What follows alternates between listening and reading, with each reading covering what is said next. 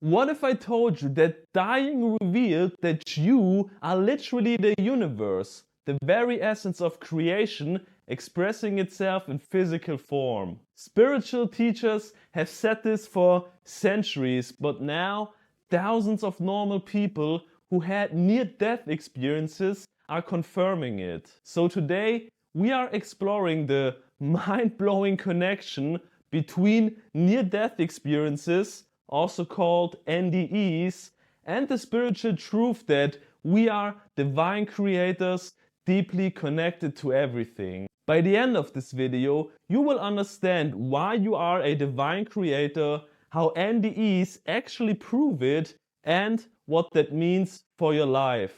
Hi, my name is Ralph and I've been exploring spirituality and the laws of the universe for about 6 years now. And when I first came across near-death experiences on YouTube, I was instantly fascinated. Something about these stories felt deeply familiar, like they were confirming everything I had already learned about the nature of reality and our connection to the universe. These people from all walks of life were returning from the doorstep of death with a powerful message about who we really are. Let's get right into it.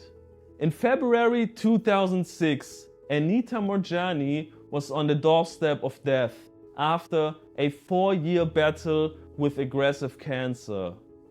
Her body was riddled with lemon-sized tumors, her organs were failing, and she fell into a coma. Doctors told her family that she had only hours to live. Yet, even as her body lay unresponsive in a Hong Kong hospital bed, Anita's awareness did not fade. She later recounted that she felt herself leave her body and enter an expanded state of consciousness.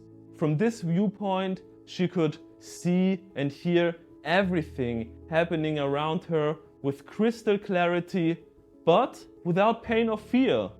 She felt free, liberated, and magnificent, as if all the suffering had dissolved away. And this was the beginning of Anita's profound near-death experience, which would forever change her understanding of life and reality. Because in the realm beyond her body, Anita found herself enveloped in unconditional love and connected to a vast consciousness. She sensed the presence of loving beings, including her dead father and a dear friend who had passed. And in this state, she realized that God was not a separate entity at all, but a state of pure being, and she was part of it. She saw herself as one with the divine, expanding beyond her physical form, connected to all of existence. Her life appeared before her as infinite web, where every relationship and event had a purpose. Most astonishing was the insight Anita received about her illness and the nature of reality. In that heightened state, she understood why she had gotten cancer in the first place. She saw that every thought, fear, and emotion throughout her life had energetically contributed to her condition. As Anita described it, it was as though every moment held infinite possibilities, and where I was at that point in time was the culmination of every decision, every choice, and every thought of my entire life. Many fears and my great power had manifested this disease. In other words, she realized that her own inner state had literally created her outer reality. Her fear and self-neglect had manifested as life-threatening illness. This epiphany unveiled a core spiritual truth. We are divine creators of our reality, whether we realize it or not. Our consciousness, the beliefs we hold, the thoughts we think, the love or fear we embody, is constantly shaping our life experience. Anita also became aware that she had a choice to make. She could either cross over and die or return to her physical life. She understood that if she came back with this new awareness of her inner power, her body would heal quickly. In fact, she was shown that her recovery wouldn't take months or weeks, but just days. It was as if the universe was telling her that embracing her divine self would instantly transform her physical reality.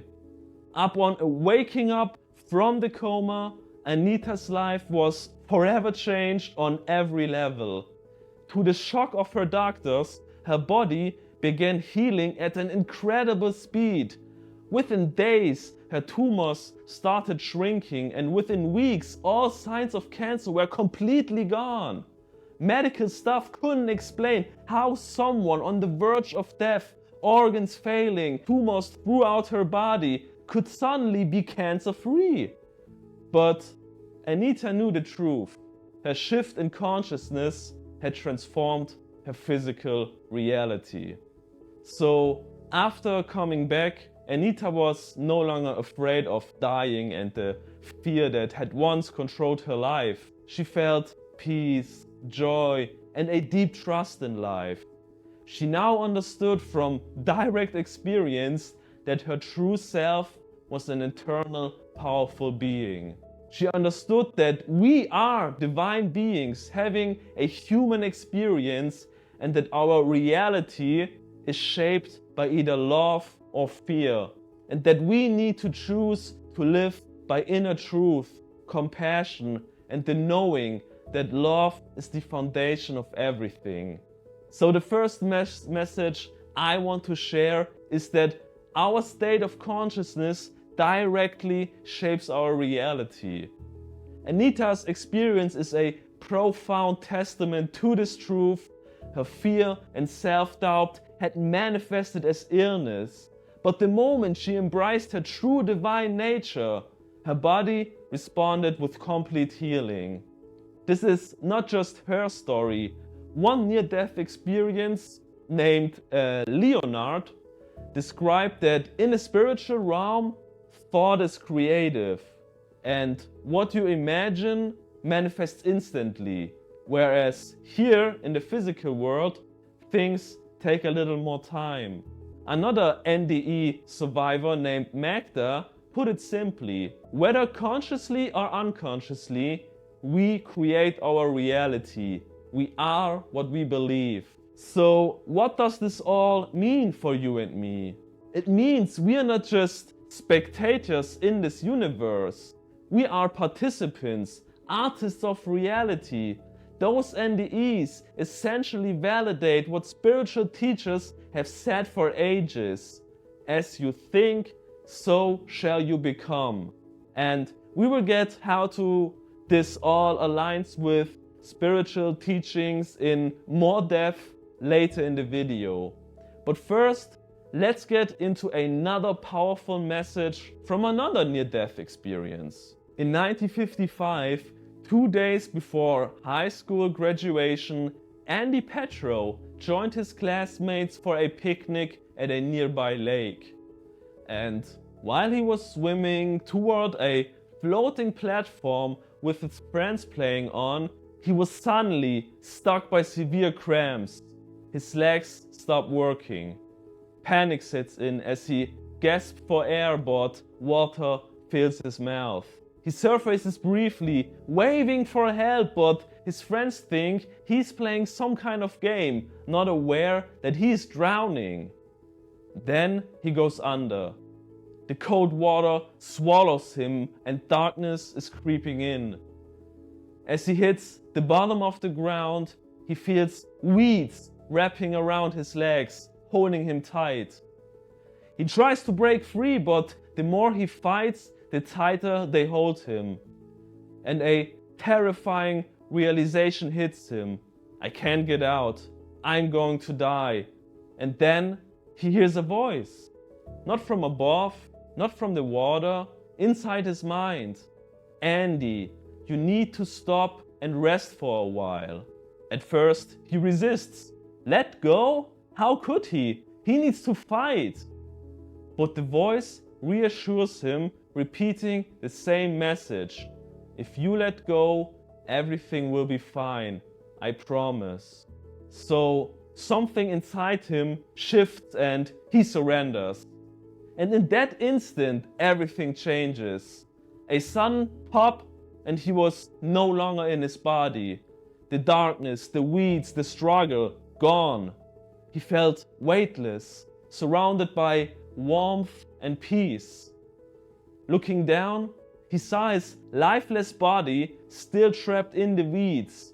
But to his shock, he didn't care. Because in the moment, he knew the truth. He was not his body. He was not dead. He was home. He then saw a spot of a very, very bright light and felt himself being drawn like a giant magnet through a tunnel, getting closer to the light. He then suddenly entered what he describes as a colossal sphere surrounded by infinite screens, each one displaying moments from his life. And by looking at those screens, he could relive every moment, but now when it was, for example, a scene where he was communicating with his family, he knew everything. He knew exactly what they were thinking and feeling. And this was the first major revelation of his experience, which is that there is no separation. Every thought, action, and emotion connect us to one another. But the second realization was even more profound. Because in a moment of no time, he was back in the tunnel with the light in front of him, telling him, Andy, I love you. And then there were billions of other lights just like him, telling him, Andy, we love you. Andy, welcome home. He describes this moment with the best feeling he ever experienced. And even after 65 years being back in the physical world, this feeling never left him. He then became the light, and he was shown the truth that Earth life is like a play. We wear costumes, bodies, identities, beliefs, but behind it all, we are the same. There is no you and me. There is only one. We are all different expressions of the same infinite being.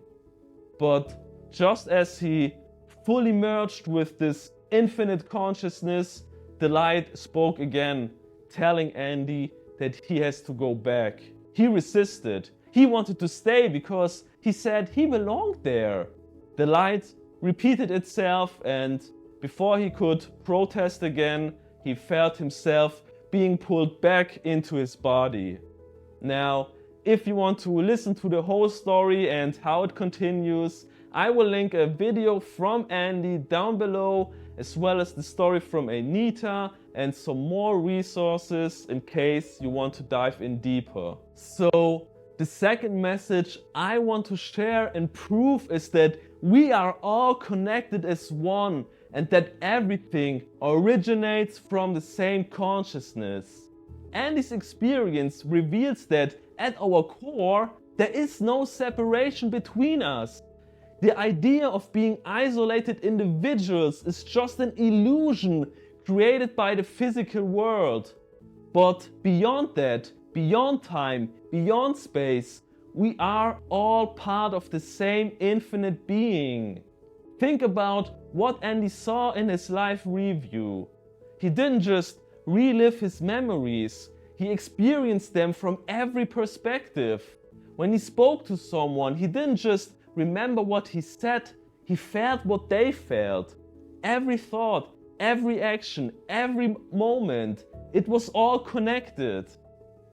This means that when we show love, we are not just affecting another person, we are affecting ourselves.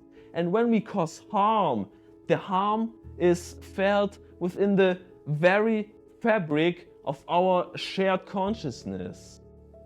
Andy's journey into the light confirmed this truth on an even deeper level. He became the light, just as we are all part of this light that exists within us and all around us. And this is not just Andy's experience. Also Robert, who had an NDE, said he learned that we are all one, that we exist in both dimensions all the time, and we can control our destinies. And studies have actually shown that around 42% of near-death experiencers describe a feeling of being united or one with the world. That's a lot of people independently reporting the same experience of cosmic unity. They also report that same feeling of unity, absolute bliss, deep peace and unconditional love, that feeling that never left Andy for his entire life.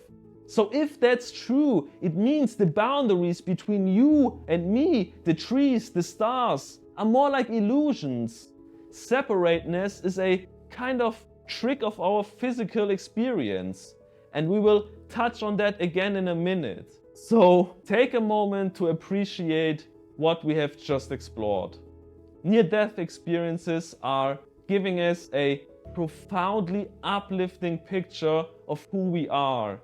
We are divine creators, wielding the power of consciousness to shape reality, and we are one with all that is, deeply connected in a universal web of love and infinity. And luckily, you don't have to die first to use this knowledge. For example, did you know that with meditation, you can tap into experiences that are similar to those reported by people who have had near-death experiences, including feelings of bliss and unconditional love? Because with meditation, it is possible for you to get into a state of consciousness where you are becoming nobody, no one, no thing, nowhere, in no time. A state where you are surrendering any aspect of yourself to join the greater self and lose the sense of separation. That illusion of separation arises only because you identify with your body, your name, your environment, your job, and your emotions. But this identification blinds us to the truth that in reality we are not separate, but infinite connected consciousness. When you reach this state of consciousness during meditation, you can connect with energy and frequency, which translate into a reflection of wholeness in your biology. And like anything, the more you practice, the better you become. Over time, you can tune into higher and higher frequencies, bringing you closer to Source, oneness, pure consciousness, the highest frequency, or God, whatever name resonates with you. And the closer you get, the more your experience aligns with those reported in near-death experiences, describing absolute bliss, unconditional love, and profound peace. So let me know in the comments if you are interested in this kind of meditation, and I will produce a dedicated video about this. The problem is that many people are conditioned to believe that they exist within the universe. But the reality is that the universe exists within them, within each and every one of us. It's a truth that has echoed in spiritual wisdom for centuries. You are not a human having a spiritual experience. You are a spiritual being having a human experience. Your body is a tool that allows you to experience life in this dimension because you are divine consciousness expressing itself in human form. We are all part of a universal order, and our desire for personal fulfillment is incomplete until we align with this greater expression. So what I want to give you as a final message is that you are limitless. Your only boundaries are the ones you accept. You were created as a self-aware being that is uniquely individual, possessing qualities that distinguish you from all others. Your mind and heart are tools through which the universe creates. The reality you experience is a reflection of what you think, feel, and believe. So live as the creative force that you are. Move through this world knowing that you are not a passive participant, but an active shaper of reality. Love is your natural state. When you align with it, your life reflects its beauty. Fear is an illusion. When you release it, you step into freedom. The universe does not impose limits on you. Only your perception does. So the question is not whether you will create, but what you will choose to create. Now, I would love to turn it over to you. Have you ever had a moment of intuition that made you feel connected to something greater? Do these NDE accounts resonate with you and make you feel more empowered about your life? Let me know in the comments below. Thank you so much for watching, and remember, you are a divine creator. So keep loving and shining your light, and I will see you in the next video.